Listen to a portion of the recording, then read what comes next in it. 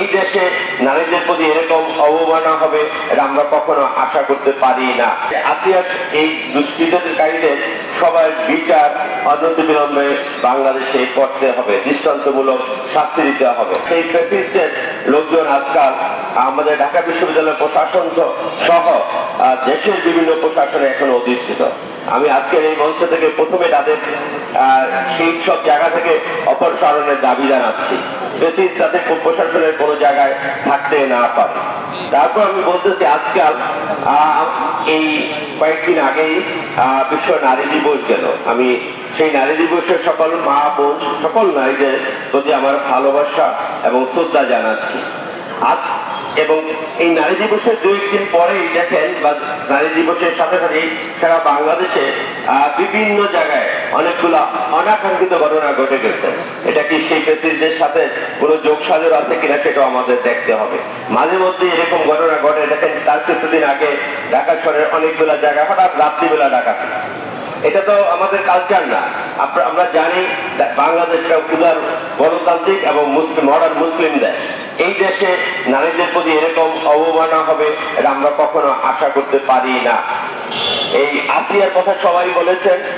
আমি আবারও সবার সাথে একত্রতা ঘোষণা করে বলতে চাই, আসিয়ার এই দুষ্কৃতকারীদের সবার বিচার অনতিবিলম্বে বাংলাদেশে করতে হবে, দৃষ্টান্তমূলক শাস্তি দিতে হবে। তারপরে আরেকটা ঘটনা ঢাকা বিশ্ববিদ্যালয়ে ঘটে গেছে। ঢাকা বিশ্ববিদ্যালয়ে নারীর পোশাক নিয়ে কথা বলবে এরকম বিশ্ববিদ্যালয় আমরা চাই না।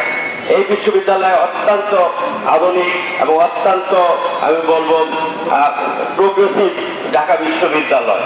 এই ঢাকা বিশ্ববিদ্যালয় কেউ হিজাব করলে কথা বলবে অথবা কেউ অন্য না করলে কথা বলবে, এটা ঢাকা বিশ্ববিদ্যালয়ের সাথে যায় না।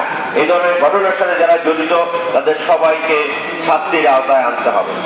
আরেকটা কথা আমি বলতে চাই, ঢাকা বিশ্ববিদ্যালয়ের অনেক শিক্ষক অনেক মানুষ বিভিন্ন সময়ে প্রেসিডেন্টের সহযোগিতা করেছেন। তাদের বিষয়ে আমরা এখন উল্লেখযোগ্য কোনো কিছু করতে পারি নাই।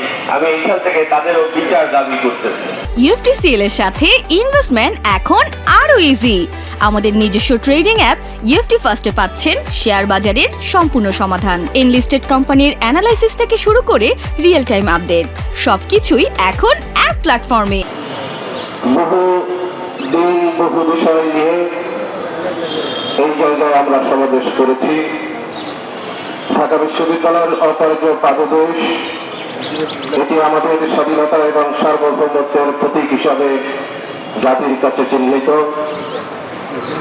এবং যত মানবিক আবেদন আমরা রাখি সেই আবেদনগুলো এই জায়গা থেকেই আমরা করে থাকি। আজকের সূচনা বক্তব্য সহ ব্যানারে যে বিষয়টি লেখা রয়েছে, আমরা বুঝতে পারি দেশ অন্তত আইন শৃঙ্খলা পরিস্থিতির বিবেচনায় কিছুটা ক্রান্তিকাল অতিক্রম করছে।